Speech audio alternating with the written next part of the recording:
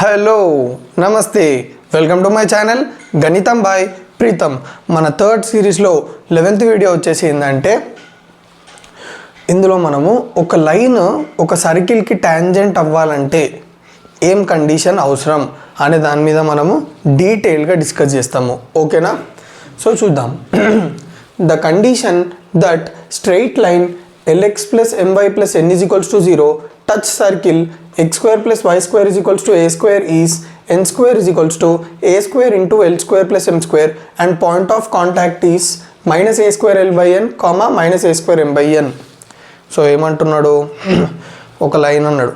ఆ లైన్ వచ్చేసి ఏంది, lx plus my plus n is equals to 0. ఆ లైన్ అనేది ఈ సర్కిల్కి టాంజెంట్ అవ్వాలంటే కండిషన్స్ ఏంది, లేదా ఈ సర్కిల్ని ఈ లైన్ టచ్ చేయాలంటే కండిషన్ ఏంది, n square is equals to a square into l square plus m square. And ఎక్కడైతే సర్కిల్ని టచ్ చేస్తుందో చూడండి, ఆ పాయింట్ వచ్చేసి ఏమంటుండో దాన్నే పాయింట్ ఆఫ్ కాంటాక్ట్ అంటాం. అంటే ఎగ్జాక్ట్గా ఈ టాంజెంట్ అంటే ఈ లైన్ అనేది సర్కిల్ని ఎక్కడైతే టచ్ చేస్తుందో that is nothing but point. So రెండు కాంటాక్ట్లు ఉన్నాయి కాబట్టి దాన్నే పాయింట్ ఆఫ్ కాంటాక్ట్ అంటాం. సో ఇదని మనల్ని ప్రూవ్ చేయమంటుండు. సో ఎట్లా చేస్తామో చూడండి. ఫస్ట్ మనకి ఇచ్చిన సర్కిల్ ఏంది, x square plus y square is equals to a square. ఓకేనా? సో ఇక్కడ మీరు చూసుకున్నట్టయితే నేను ఈ సర్కిల్కి సెంటర్ 0,0 తీసుకున్నా. ఎందుకు అది మనం డిస్కస్ చేద్దాం. X square plus y square is equals to a square ఇది circle with centre 0,0 and radius a. Sir మీరు సర్కిల్ని చూడంగానే దాని సెంటర్ చెప్పేసారు, రేడియస్ చెప్పేసారు. ఎట్లా అంటే మనకి జనరల్ అంటే బేసిక్ ఈక్వేషన్ ఆఫ్ సర్కిల్ తెలిస్తే ఇది ఈజీ అయిపోతుంది. So basic equation of circle ఏంది, x minus h whole square plus y minus k whole square is equals to r square, where centre is nothing but h comma k and radius is r కదా. ఇది వచ్చేసి basic equation of circle. So ఇప్పుడు నేను ఈ x square plus y square is equals to ఏ స్క్వేర్ని ఎట్లా రాస్తున్నాను చూడండి. X minus 0 whole square, x minus 0 whole square is nothing but x square. కానీ ఎందుకు అట్లా రాస్తున్నా చూడండి. X minus 0 whole square plus y minus 0 whole square is equals to a square. So ఇప్పుడు ఇది మన జనరల్ ఈక్వేషన్ ఆఫ్ సర్కిల్ ఫామ్లో ఉందా లేదా. సో ఇక్కడ హెచ్ ప్లేస్లో ఏముంది మనకి 0, మన కే ప్లేస్లో ఏముంది 0 అండ్ ఆర్ స్క్వేర్ ప్లేస్లో ఏముంది a square. So H comma కే ఎంత మనకి 0,0. సో సెంటర్ వచ్చేసి 0,0. మళ్ళీ ఆర్ స్క్వేర్ ప్లేస్లో ఏముంది a square. So r square is nothing but a square అయితే ఆర్ ఎంత అవుతుంది ఏ. ఓకేనా? సో ఇప్పుడు మనకి సెంటర్ తెలిసిపోయింది, రేడియస్ తెలిసిపోయింది. సో ఇప్పుడు నేను ఒక ఇంపార్టెంట్ పాయింట్ చెప్తున్నా, జాగ్రత్తగా వినండి. Perpendicular distance from centre to line is equal to radius of circle. So ఏమంటున్నాడు, సెంటర్ నుంచి ఈ లైన్కి పర్పెండిక్యులర్ డిస్టెన్స్ ఏదైతుందో చూడండి, ఇది పర్పెండిక్యులర్ డిస్టెన్స్ కదా, 0,0 నుంచి ఈ లైన్కి perpendicular distance that is equal to radius of circle అంట. ఎందుకు చెప్తాను చూడండి. మనకి రేడియస్ అంటే ఏంది చెప్పండి, distance between centre and any point on the circle. Okay, so ఇది వచ్చేసి సెంటర్. ఓకే, ఇప్పుడు నేను సర్కిల్ మీద ఒక పాయింట్ తీసుకోవాలనుకుంటున్నా. నేను ఈ పాయింట్ తీసుకున్నా అంటే ఏ పాయింట్, ఎగ్జాక్ట్గా మన లైన్ మన లైన్ సర్కిల్ని ఎక్కడైతే టచ్ చేసిందో ఆ పాయింట్. సో ఇప్పుడు సెంటర్ నుంచి ఈ పాయింట్కి డిస్టెన్స్ ఎంత, ఆరా కాదా. సరే ఇది బాగుంది, ఈ డిస్టెన్స్ 6. మళ్ళీ పర్పెండిక్యులర్ డిస్టెన్స్ ఏంది సెంటర్ నుంచి ఈ లైన్కి, అది కూడా ఇదే. సో పర్పెండిక్యులర్ డిస్టెన్స్ ఒకటే, రేడియస్ కూడా ఒకటి. అంటే దాని అర్థం ఏంది, ఇప్పుడు నేను రెండింటిని ఈక్వల్ చేసుకోవచ్చా, అందుకే పర్పెండిక్యులర్ డిస్టెన్స్ ఇది ఈక్వల్స్ టు రేడియస్ అని అంటుండు. సో ఇప్పుడు మనం ఏం చేస్తామంటే D is equals to R, ఆ కండిషన్ని సబ్స్టిట్యూట్ చేసి సాల్వ్ చేస్తాం.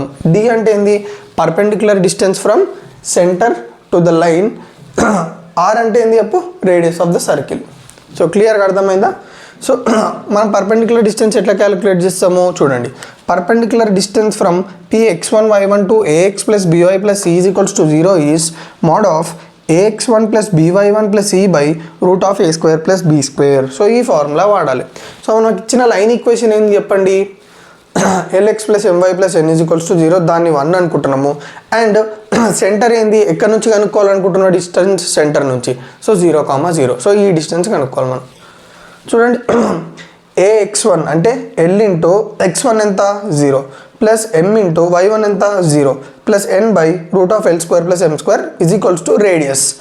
ఎందుకు ఈక్వల్ టు రేడియస్ చేసుకున్నా? ఇది perpendicular distance that is equal to radius, అదే కదా కండిషన్. సో రేడియస్ ఏంది? ఏ. రెండింటిని ఈక్వల్ చేసుకున్నా.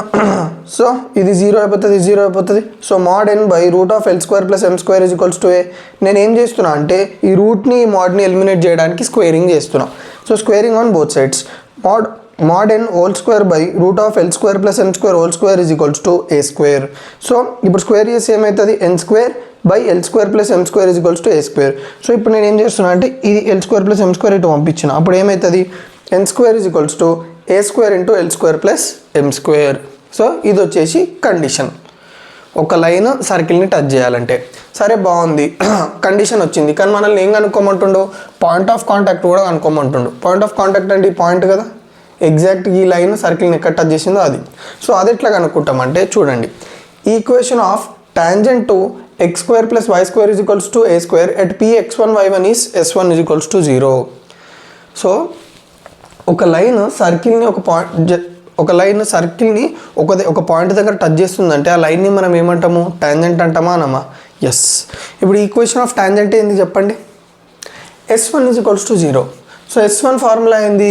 xx1 plus yy1 plus g of x plus x1 plus f of y plus y1 is equals to 0. ఇది వచ్చేసి equation s1ది. కానీ మనం ఈ s1 ఈక్వేషన్ ఈ సర్కిల్కి అప్లై చేయాలి. ఓకేనా? ఎట్లా అప్లై చేస్తాము? ఇక్కడ ఏమేమి టర్మ్స్ ఉన్నాయి? ఎక్స్ స్క్వేర్ ఉంది. సో ఎక్స్ స్క్వేర్ని నేను xx1 రాసిన ప్లస్ వై స్క్వేర్ y1. అయితే మీకు డౌట్ వస్తుంది, మళ్ళీ g of x plus x1 f of y plus y1 అంటే ఇందులో g ఉందా, ఎఫ్ ఉందా? ఏవి లేవు. డైరెక్ట్ మనకి ఏముంది? ఏ స్క్వేర్ ఉంది. సో ఆ ఏ స్క్వేర్ ఇంటూ పంపిస్తే మైనస్ ఏ స్క్వేర్ అయిపోతుంది. సో దీన్ని నేను 2 అనుకుంటున్నా. సో ఇది వెరీ ఇంపార్టెంట్ చూడండి. Line 1 and line 2 represent same lines. Then l x plus m y plus n is equals to 0, xx1 plus y1 minus a square is equals to 0. ఈ రెండు అనేటివి same లైన్స్ని represent చేస్తున్నాయి. అయ్యా ఇదేంటి అంటే చూడండి, మనం ఏమనుకున్నాం? L x plus m y plus n is equals to 0 సర్కిల్ని ఇక్కడ టచ్ చేస్తుంది అనుకున్నాం ఒక పాయింట్ దగ్గర. సో ఇదేమైపోతుంది? ఇప్పుడు సర్కిల్కి ఒకటే పాయింట్ దగ్గర టచ్ చేస్తుందంటే అది టాంజెంట్ అవుతుంది. అయితే మనము ఈక్వేషన్ ఆఫ్ టాంజెంట్ ఏం తీసుకున్నాము? జనరల్గా s1 is equals to 0. So ఈ l x plus m y plus n is equals to 0 అన్న టాంజెంటే, s1 ఈజ్ ఈక్వల్స్ టు 0 అన్న టాంజెంటే. సో రెండు ఒకటే కదా. సో రెండు ఒకటే కాబట్టి ఇది ఒకటే. ఇప్పుడు ఏం చేస్తామంటే కోఎఫిషియెంట్స్ని కంపేర్ చేస్తాం. ఓకేనా? రెండు లైన్స్ ఒకటే ఉన్నాయనుకోండి, కోఎఫిషియెంట్స్ని కంపేర్ చేస్తాం. సో ఎట్లా కంపేర్ చేస్తాం? చూడండి, ఎక్స్ కోఎఫిషియెంట్ ఏంది? ఎల్. ఇక్కడ ఎక్స్ కోఎఫిషియెంట్ ఏంది? x1. So L by x1 is equals to, ఇక్కడ y కోఎఫిషియెంట్ ఏంది? m. ఇక్కడ y కోఎఫిషియెంట్ ఏంది? y1 is equals to n coefficient ఏంది? కాన్స్టెంట్ ఏంది? n. ఇక్కడ కాన్స్టెంట్ ఏంది? Minus a square. సో మూడింటిని ఈక్వల్ చేసిన తర్వాత ఏం చేస్తాము? ఫస్ట్ దాన్ని లాస్ట్ దాన్ని ఈక్వల్ చేస్తాము, సెకండ్ దాన్ని లాస్ట్ దాన్ని ఈక్వల్ చేస్తాం. So L by x1 is equals to n by minus A, m by y1 is equals to n by minus a square. Extremely sorry. So L by x1 is equals to n by minus a square. ఇప్పుడు నేను ఏం చేసినాను చెప్పండి? ఈ x1 ఇటు పంపించిన, ఈ ఏ స్క్వేర్ని ఇటు పంపించిన, ఈ n ఇటు పంపించిన, రీఅరేంజ్ చేసిన. అప్పుడు నాకు ఏమొచ్చింది? x1 is equals to minus a square l by n. సిమిలర్గా m వాల్యూ అనుకున్నాను, ఇందులోకి y1 వాల్యూ అనుకున్నాను. ఎంత? Minus a square m by n. So x1, y1 ఏమొచ్చింది మనకి? Minus a square l by n minus a square m by n. So క్లియర్గా అర్థమైందా? ఇక్కడ మెయిన్గా మీకు అర్థం అవ్వాల్సిన కండిషన్ ఏంటంటే పర్పెండిక్యులర్ డిస్టెన్స్ ఇది ఈక్వల్స్ టు రేడియస్ అనేది మీకు అర్థమైతే అంత ఈజీ అయిపోతుంది. ఓకేనా?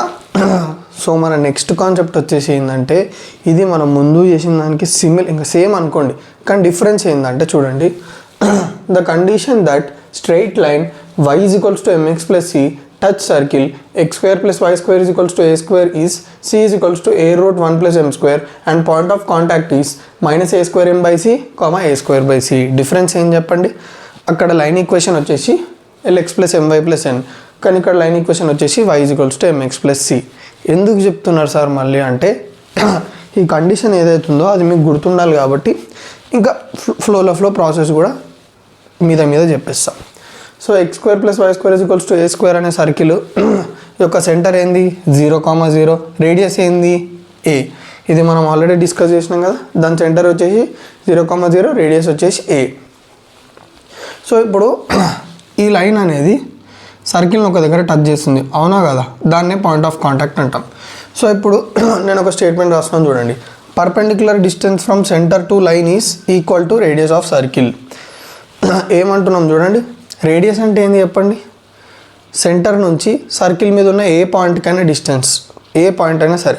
సో ఇప్పుడు నేను ఇది సెంటర్ కదా, సెంటర్ నుంచి నేను ఈ పాయింట్కి డిస్టెన్స్ కనుక్కుంటున్నా. ఎంత ఉంటుంది, సెంటర్ నుంచి ఏ పాయింట్కైనా డిస్టెన్స్ ఆరే కదా, ఓకే. మళ్ళీ పర్పెండిక్యులర్ డిస్టెన్స్ ఏంది, perpendicular distance from 0,0 to y = mx + c ఏంది, ఇదే డిస్టెన్స్ చూడండి, ఇక్కడ నుంచి ఇక్కడికి. సో రేడియస్ ఇదే, పర్పెండిక్యులర్ డిస్టెన్స్ కూడా ఇదే, సెంటర్ నుంచి ఈ లైన్కి. అట్లాంటప్పుడు మనం ఏం కంక్లూడ్ చేసుకోవచ్చు, perpendicular distance is equals to radius అని చెప్పి కదా. So d = r. So perpendicular distance ఎట్లా కనుక్కుంటాం మనము, mod of ax1 + by1 + c √a² + c² b². So మనం లైన్ ఈక్వేషన్ని y = mx + c ఉంది కదా, ఈ y అటు పంపిద్దాం, -y అవుతుంది. mx - y + c = 0. పాయింట్ ఎక్కడి నుంచి, 0,0 నుంచి. సబ్స్టిట్యూట్ చేయండి.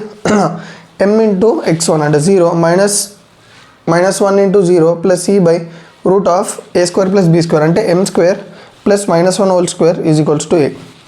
సో ఇదంతా తీసేసి మనకి ఏం మిగులుతుంది, c √m² + 1² అంటే 1 = a. తర్వాత ఏం చేస్తున్నాం, √1 + m² అటు పంపిస్తే c = a × √1 + m². Squaring on both sides చేయండి. సో c² స్క్వేర్ చేసినాం కదా, a² × √1 + m². Square root cancel అయిపోతే c² = a² × 1 + m². ఈ స్క్వేర్ని అటు పంపిస్తే ఏమవుతుంది చెప్పండి, √a² × 1 + m². So c √a² అంటే a అవుతుంది, a √1 + m². సో మనకు కండిషన్ వచ్చేసింది. తర్వాత ఏం కనుక్కోవాలి, point of contact. So point of contact ఎట్లా కనుక్కుంటామంటే చూడండి, ఇప్పుడు నేను ఈ పాయింట్ దగ్గర టాంజెంట్ ఈక్వేషన్ కనుక్కోవాలనుకుంటున్నా. So equation of tangent to x² + y² = a² at p x1 y1 is s1 = 0 కదా. సో s1 వచ్చేసి ఇది మనకి. అయితే ఇక్కడ చిక్ ఏంటంటే ఈ లైన్ కూడా ఇక్కడ టచ్ చేస్తుంది ఈ సర్కిల్ని, దాని ఈక్వేషన్ ఏం తీసుకున్నాం, y = mx + c. అదే పాయింట్ దగ్గర టాంజెంట్ ఈక్వేషన్ కూడా ఏంది, s1 = 0. సో రెండు ఒకటే కాబట్టి, రెండు సేమ్ లైన్స్ కాబట్టి కంపేర్ చేస్తాం. సో కంపేర్ చేస్తే మనకి ఏమొచ్చింది, సో క్లియర్గా అర్థమైందా. ఇక్కడ మీరు సి ప్లేస్లో మీరు ఇంకో ఇది కూడా పెట్టుకోవచ్చు, ఓకేనా. సి ప్లేస్లో ఇక్కడ కూడా మీరు సి ఉందా, ఇక్కడ కూడా మీరు పెట్టుకోవచ్చు. y = mx + r - a √1 + m². So ఇది వచ్చేసి ఆ లైన్ యొక్క ఈక్వేషన్. సో క్లియర్గా అర్థమైందా, ఓకేనా. సో ఇప్పుడు వచ్చేసి చాలా ఇంపార్టెంట్ కాన్సెప్ట్ ఇది. ఏంటంటే ఇది ఐపీకి యూజ్ అవుతుంది అండ్ కొంచెం ఎంసెట్ వాళ్ళకు కూడా ఎవరైతే కావాలనుకుంటారో వాళ్ళకి యూజ్ అవుతుంది. ఇంపార్టెంట్ కాన్సెప్ట్ కాబట్టి చెప్తున్నా, జాగ్రత్తగా వినండి, ఓకేనా. సో మనము ఈ కాన్సెప్ట్కి ప్రొసీడ్ అయ్యే ముందు ఒక చిన్న బేసిక్ చెప్తా 2 minutesలో, అదే వినండి. అది వింటే మీకు ఇది వచ్చేస్తుంది, ఓకేనా. రైట్, ఇది కోఆర్డినేట్ యాక్సిస్, ఓకే. ఓన్లీ నేను ఫస్ట్ క్వాడ్రంట్ తీసుకున్నా, ఇందులో కొన్ని నెంబర్స్ తీసుకున్నా, y యాక్సిస్ మీద కొన్ని నెంబర్స్ తీసుకున్నా. నేను ఇక్కడ ఒక పాయింట్ని ప్లాట్ చేసిన, లొకేట్ చేసిన. సో ఇప్పుడు ఈ పాయింట్ని మనము లొకేట్ చేయాలి. లొకేట్ చేయడం అంటే ఏంది, ఆ పాయింట్ యొక్క కోఆర్డినేట్స్ కనుక్కోవాలి. అంటే abscissa ordinate, x point, y point. ఎట్లా కనుక్కుంటా, సింపుల్గా నేను ఏం చేస్తా అంటే ఆ పాయింట్ నుంచి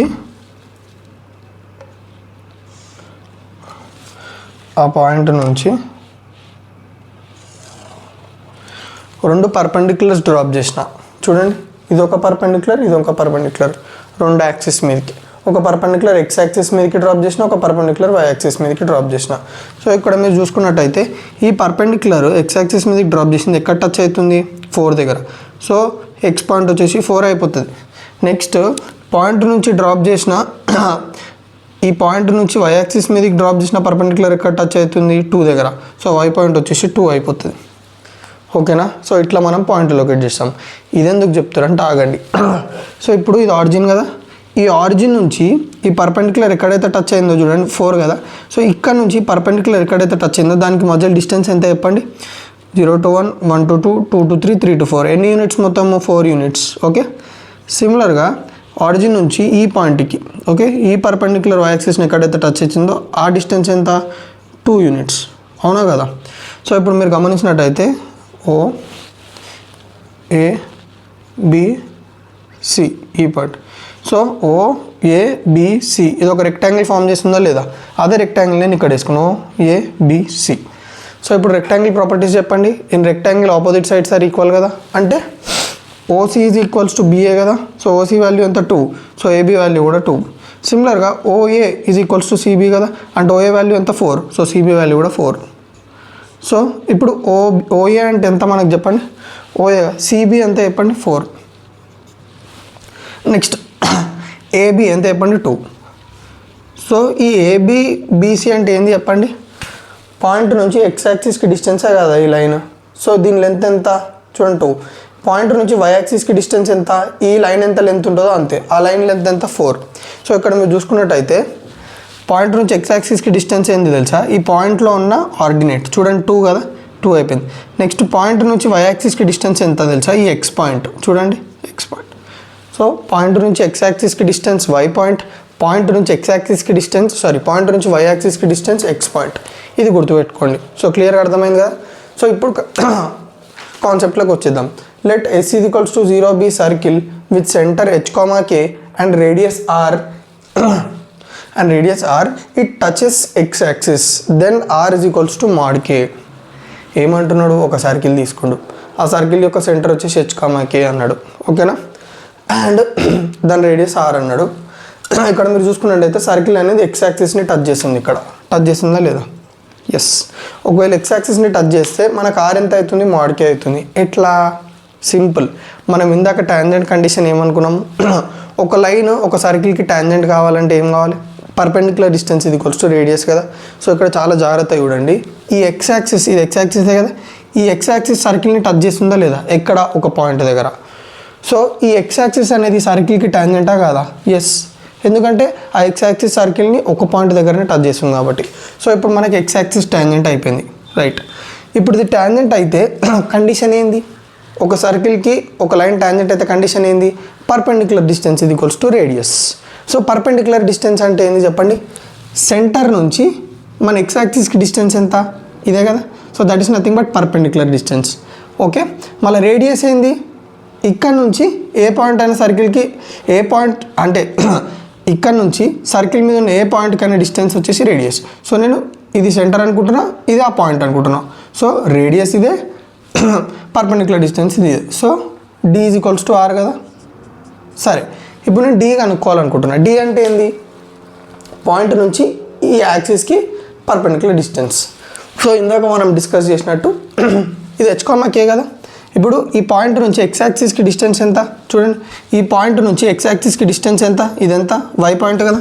సో పాయింట్ నుంచి ఎక్స్ యాక్సిస్కి డిస్టెన్స్ ఎంత, వై పాయింట్ ఎంత, k.